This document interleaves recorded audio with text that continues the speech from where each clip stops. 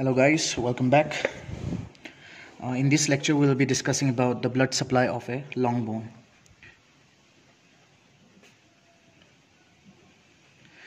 The blood supply of a long bone. Now I'll be blood supply of a long bone. I will try to keep this video very short and informative. I don't want to be very much subjective. So let's begin. Now, as we have already discussed about the parts of a long bone, the next topic that we will discuss is the blood supply of long bone. अब एक long bone जो है, मैं फिर से एक और बार एक डायग्राम बनाने की कोशिश करता हूँ.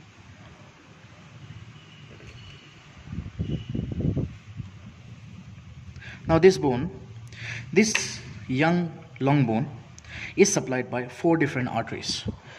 The first artery that this is supplied is the neutron artery. Neutron artery is the first artery जो इसको supply provide करेगा.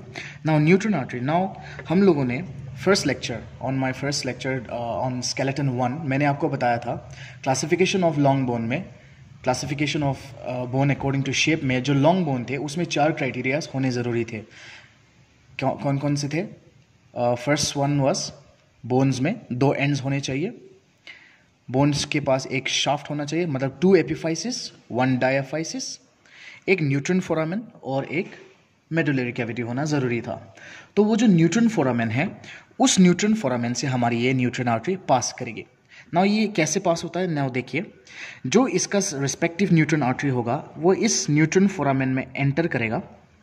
Okay, the nutrient artery it will enter the nutrient foramen और ये कॉर्टेक्स में पहुंच जाएगा. एज सुन एज ये cortex में पहुंच जाता है, ये क्या करता है, ये ascending branch and descending branch में डिवाइड करेगा. नाउ माइंड इट, मैं पहले ही लिख देता हूँ, ये हमारा अभी भी एपिफाइसिस है. This is the epiphysis. यहाँ पे हमारा मेटाफाइसिस है, ये हमारा डायाफाइसिस है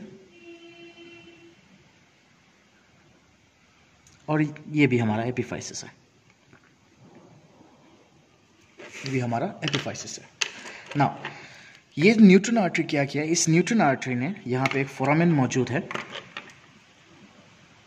इस फोरामेन के through, this is the nutrient foramen, this is the nutrient foramen. इस न्यूट्रन फोरामेन के थ्रू न्यूट्रन आर्टरी एंटर किया, कॉर्टेक्स में पहुंच गया.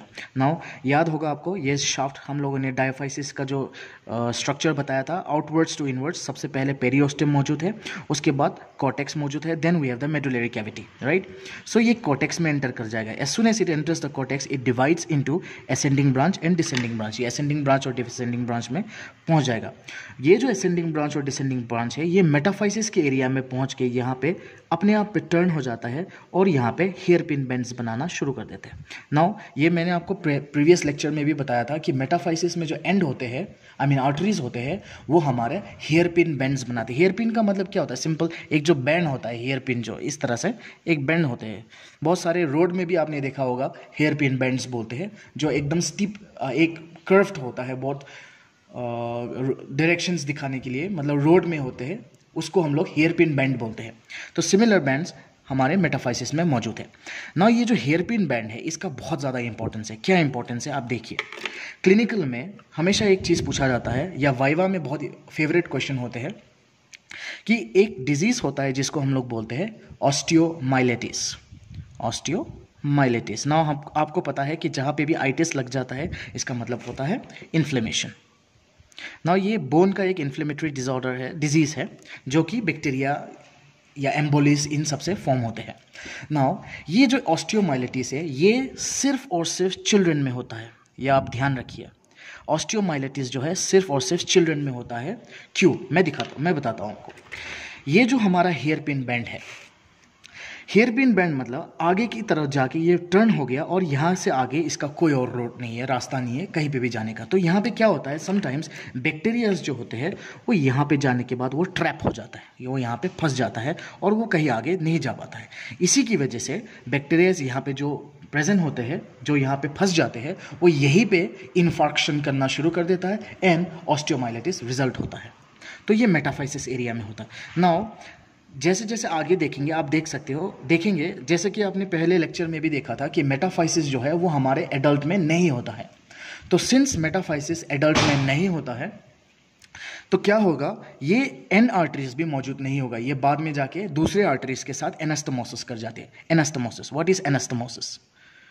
आपने सुना होगा ये वर्ड एनास्टमोसिस। एनास्टमोसिस का सिंपल मतलब होता है कम्युनिकेशन, दूसरे आर्टरीज के साथ कम्युनिकेट करेगा या फिर एक जंक्शन बनाता है।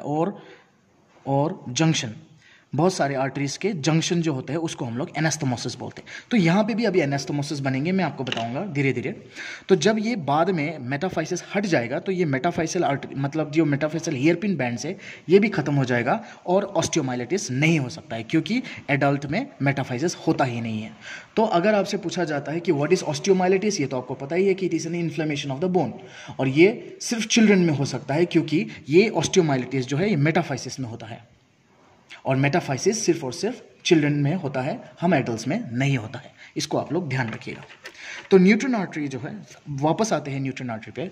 न्यूट्रन आर्टरी न्यूट्रन फोरामेन में एंटर किया, असेंडिंग और डिसेंडिंग ब्रांच में डिवाइड किया। जैसे असेंडिंग और डिसेंडिंग में डिवाइड करेगा ये बहुत सारे पैरेलल ब्रांचेस देना शुरू कर देगा, पैरेलल ब्रांचेस देना शुरू करेगा, और ये सप्लाई करेगा हमारे अंदर क्या स्ट्रक्चर मौजूद है, medullary cavity. So it will supply the medullary cavity and the outer 2/3 of cortex. I'm sorry, not the outer, the inner 2/3 of cortex. ध्यान दीजिए, न्यूट्रन आर्टरी जो है it supplies the medullary cavity and inner 2/3 of the cortex. Now ये जो nutrient foramen है इसका एक बहुत इंपॉर्टेंस है। ये देखिए, न्यूट्रन फोरामेन जो है ये ऑस्टियोलॉजी में इंपॉर्टेंस रखता है। न्यूट्रन फोरामेन कभी कभी आपने देखा होगा वाइवा में, जब आप लोग बोन का ऑस्टियोलॉजी होता है, वाइवा में ऑस्टियोलॉजी वाइवा होता है, तो बहुत सारे टीचर्स आपसे पूछ लेते हैं कि ये जो लॉन्ग बोन है इसका ग्रोइंग एंड बताइए। तो बहुत इजी है इसका ग्रोइंग एंड बताना। न्यूट्रन फोरामेन जो है, हमेशा ध्यान दीजिए, अगर ये एक बोन है और यहाँ पे न्यूट्रन फोरामेन मौजूद है, न्यूट्रन फोरामेन जो है वो कभी भी सीधा ओपन नहीं हो सकता है। आप देखना बहुत सारे बोन्स में ये सीधा ओपन नहीं होता है। न्यूट्रन फोरामेन हमेशा या तो ऊपर की तरफ ओपन होगा या तो वो नीचे की तरफ ओपन होगा। न्यूट्रन फोरामेन सीधा ओपन नहीं होता है। तो हम लोग क्या करते हैं, बहुत बेसिक सा रूल अप्लाई करते हैं इसमें। जहाँ पे हमारा न्यूट्रन फोरामेन डायरेक्टेड है, जिसका मतलब है, एग्जांपल में इसका एग्जांपल लेता हूँ, न्यूट्रन फोरामेन देखिए ऊपर की तरफ डायरेक्टेड है, इसका मतलब है इस बोन का ग्रोइंग एंड नीचे की तरफ होता है, मतलब opposite the direction of nutrient foramen, opposite the direction of nutrient foramen, nutrient foramen. Now growing end कहाँ होता है, ग्रोइंग एंड होता है न्यूट्रन फोरामेन के ऑपोजिट डायरेक्शन में, हमेशा याद रखिए। तो आप बोन में चेक कीजिएगा उसका जो न्यूट्रन फोरामेन है उसका डायरेक्शन किधर है। अगर बोन का डायरेक्शन न्यूट्रन फोरामेन का डायरेक्शन बोन में ऊपर की तरफ दिखा रहा है, इसका मतलब है उसका जो ग्रोइंग एंड है वो इसके नीचे वाला पार्ट है, ऑपोजिट में होता है। तो इसको याद करने का एक जिंगल भी होता है, वो है towards the elbow I go and from the knee I flee. From the knee I flee. मतलब एल्बो जॉइंट के ऊपर देखिए, towards the elbow, elbow joint के मतलब देखिए, एल्बो जो है इसके ऊपर एक बोन मौजूद है, दैट इज द ह्यूमरस। देखिए बेसिक एग्जांपल दे रहा हूं मैं, ह्यूमरस, ये ह्यूमरस है एग्जांपल, ये हमारा एल्बो एरिया है। If this is the elbow, इसके नीचे दो बोन्स है, एक हो गया रेडियस और एक हो गया अल्ना। तो यहाँ पे कह रहे देखिए, टुवर्ड्स द एल्बो आई गो, मतलब एल्बो की टुवर्ड्स मैं जाऊंगा, इसका मतलब है ह्यूमरस का जो न्यूट्रन, ये देखिए ये न्यूट्रन फोरामेन के लिए बात हो रही है। न्यूट्रन फोरामेन बोल रहा है टुवर्ड्स द एल्बो आई गो, मतलब एल्बो की तरफ मैं जाऊंगा, इसका मतलब है ये जो ह्यूमरस बोन है ये एल्बो की तरफ जा रहा है, इसका मतलब इसका न्यूट्रन फोरामेन नीचे की तरफ है। एंड इन दोनों का कहाँ होगा, इन दोनों का ऊपर की तरफ होगा न्यूट्रन फोरामेन। तो सिमिलरली नी में भी होता है, नी के ऊपर फीमर बोन है और नी के नीचे टिबिया और फिबुला है। तो यहाँ पे भी सेम है, from the knee I flee, मतलब लेकिन इसमें क्या हो जाएगा, यहाँ पे ह्यूमरस इसके पास आ रहा है, एल्बो के पास, और रेडियस अल्ना भी एल्बो के पास जा रहे हैं, लेकिन फीमर, टिबिया और फिबुला में क्या होगा, वो नी जॉइंट से दूर चला जाएगा, मतलब ऊपर की तरफ। फीमर में डायरेक्टेड कहाँ होगा, ऊपर की तरफ, क्योंकि वो नी से भाग रहा है। इसका याद रखिएगा, from the knee I flee. तो न्यूट्रन फोरामेन का ऑस्टियोलॉजी में इसका इंपॉर्टेंस है। नेक्स्ट आर्टरी जो इसको सप्लाई करेगा वो है, नेक्स्ट आर्टरी जो इसको सप्लाई करेंगे वो है पेरीऑस्टियल आर्टरीज, पेरीऑस्टियल आर्टरीज। ना ये जो पेरीऑस्टियल आर्टरीज है ये पेरीऑस्टियम वाले एरिया में सप्लाई करेंगे, इस तरफ सप्लाई करेंगे, पेरीऑस्टियम के एरिया से सप्लाई करेंगे। और जो इनर, देखिए कॉर्टेक्स का जो इनर 2/3 है वो तो सप्लाई हो गया, तो कॉर्टेक्स का आउटर 1/3 रह गया है। तो पेरीऑस्टियल आर्टरीज जो है कॉर्टेक्स के, periosteal artery supplies outer 1/3 of cortex. Cortex का जो आउटर 1/3 है उसको सप्लाई करेगा। Periosteal artery supplies the outer 1/3 of cortex. तो कॉर्टेक्स देखिए कंप्लीटली सप्लाई हो चुका है। तीसरा आर्टरी जो इसको सप्लाई करेगा वो है एपिफाइसियल आर्टरीज, एपिफाइसियल आर्टरीज। नाउ इस बोन के आसपास, इस एपिफाइसिस के आसपास जो भी वास्कुलर आर्केड्स होता है, उस वास्कुलर आर्केड्स वहाँ से ड्राइव होता है और यहाँ पे एपिफाइसियल आर्टरीज आना शुरू हो जाता है और डायरेक्टली एपिफाइसिस को सप्लाई करेंगे। ये हो गया हमारे एपिफाइसियल आर्टरीज, एपिफाइसियल आर्टरीज। आप देख सकते हो वास्कुलर, यहाँ पे बाहर इस बोन, इस एरिया के आसपास जितने भी वास्कुलर आर्केड्स होंगे वहाँ से ये डिराइव करेंगे और एपिफाइसिस को सप्लाई करना शुरू कर देंगे। और लास्टली हमारे पास मेटाफाइसियल आर्टरीज होंगे, मेटाफाइसियल आर्टरीज। ये भी क्या होगा, ये भी अपने नज़दीकी वेसल्स से डिराइव होते हैं और डायरेक्टली मेटाफाइसिस के अंदर चले जाएंगे और मेटाफाइसिस को सप्लाई करेंगे। और जो ये शुरुआत में जो न्यूट्रन आर्टरी ने मेटाफाइसियल ब्रांच दिया था, जो हेयरपिन ब्रांच दिया था, उसको ये रीइंफोर्स करेंगे और यहाँ पे और ज़्यादा स्ट्रॉन्ग ब्लड सप्लाई होगा ना। याद रखिए हमने पहले भी बताया था कि ब्लड सप्लाई, बोन जो है, इसमें बोन, मेरा पहला लेक्चर देखिए उसमें हमने बोला था bone is a 1/3 connective tissue, which means 2 parts इसका इनऑर्गेनिक है एंड 1 पार्ट इसका ऑर्गेनिक है। इतना ज़्यादा इनऑर्गेनिक कंटेंट होने के बावजूद इसको हम लोगों ने लिविंग में कंसीडर किया था। वाई? उसमें एक पहला रीज़न था इसका रिच ब्लड नेटवर्क। ये देखिए कितना स्ट्रॉन्ग नेटवर्क है इसका। तो it is supplied by 4 different arteries. The first one is the nutrient artery, जो न्यूट्रन फोरामेन से एंटर करेगा और मेडुलरी कैविटी और कॉर्टेक्स को सप्लाई करता है।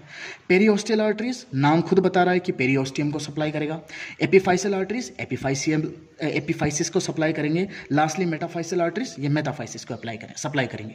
ना यहाँ पे देखिए, जब ये 4 आर्टरीज यहाँ पे मौजूद है, ये चारों आर्टरीज एक दूसरे के साथ एनास्टोमोसिस करते हैं। एनास्टोमोसिस का मतलब क्या है?